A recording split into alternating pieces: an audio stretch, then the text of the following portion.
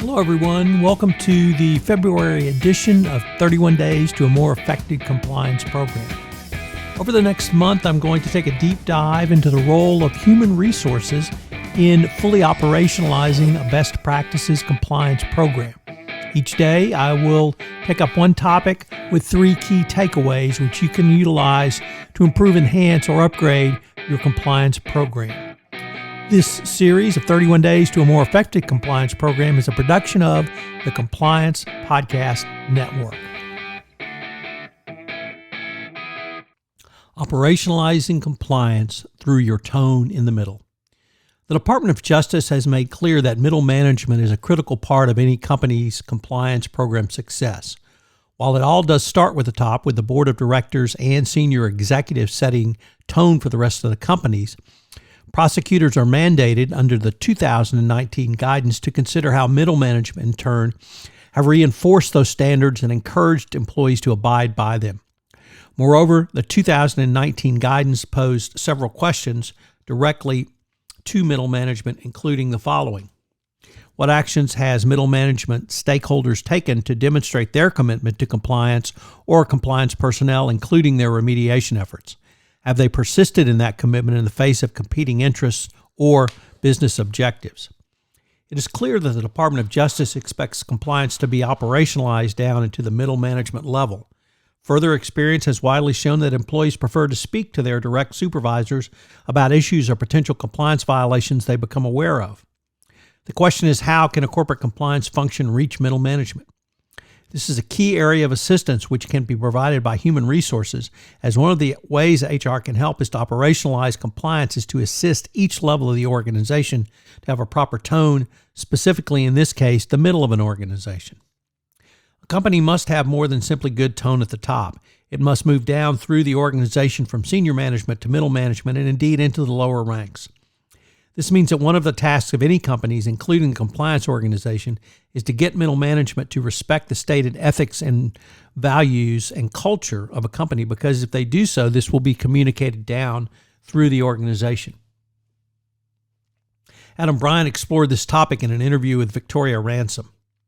Ransom, the co-founder of Wildfire Interactive, spoke about the role of senior management in communicating ethical values. She imparted the lesson she has learned is that you're only as good as the leaders underneath you. And sometimes this can be a painful lesson. You might think that they are projecting your company's values and then the rest of the companies experience them. However, this is or may not be so. While tone at the top is certainly important in setting a standard, she came to appreciate that moving it downward through the entire organization is the critical element. Direct supervisors become the most important influence on the people in the company. Therefore, a big part of leading becomes your ability to pick and guide the right people in the middle management level. When a company is young and small, it tries to codify its values, but this does not always work.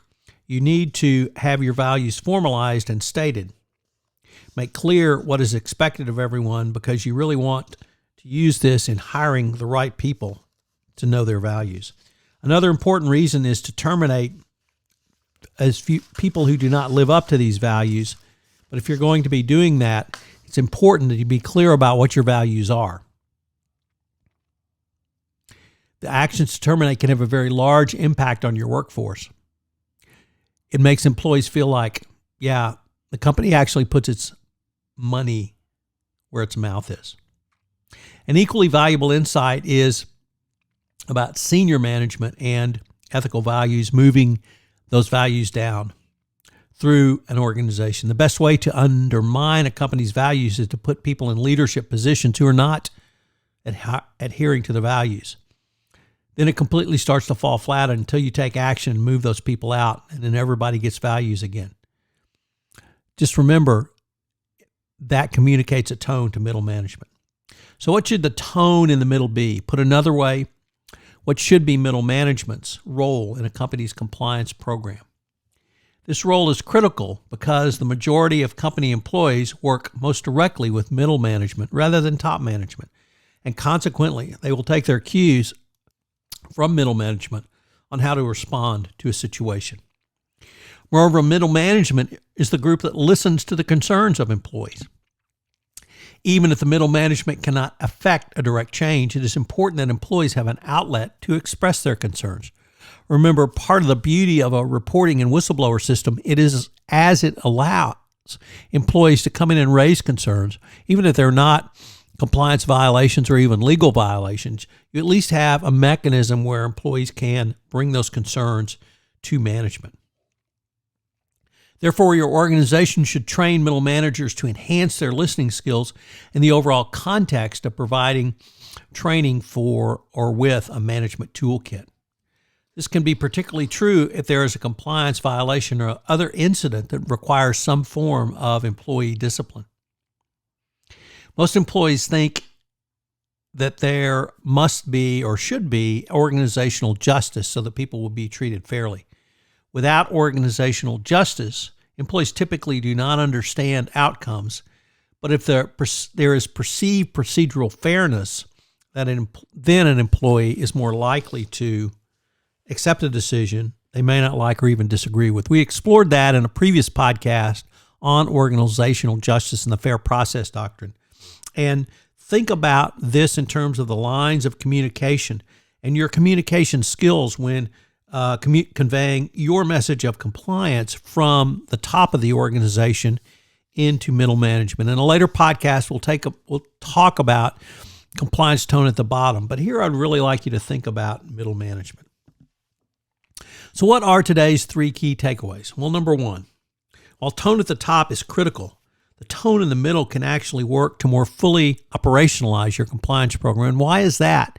It's because most employees do not deal with senior management on a day-to-day basis. They may make a report or two, but they're rarely going to be interacting with senior management. Their day-to-day interaction with the management of the company is going to be through middle management. So having a committed culture around the values and ethics embedded in middle management can be critical. 2, how do you train middle managers? Do you train them to listen? Do you give them a toolkit by which they can respond if someone comes to them with concerns, complaints, or other issues? This is not something that I think typically companies think about, and I would ask you to consider that from the compliance perspective. And that leads to number 3. What's the compliance toolkit you provide to middle managers? Middle managers need to receive training on management skills, but what about compliance issues? How have you brought compliance issues and indeed a compliance toolkit to your middle management? If you haven't done it, think about it.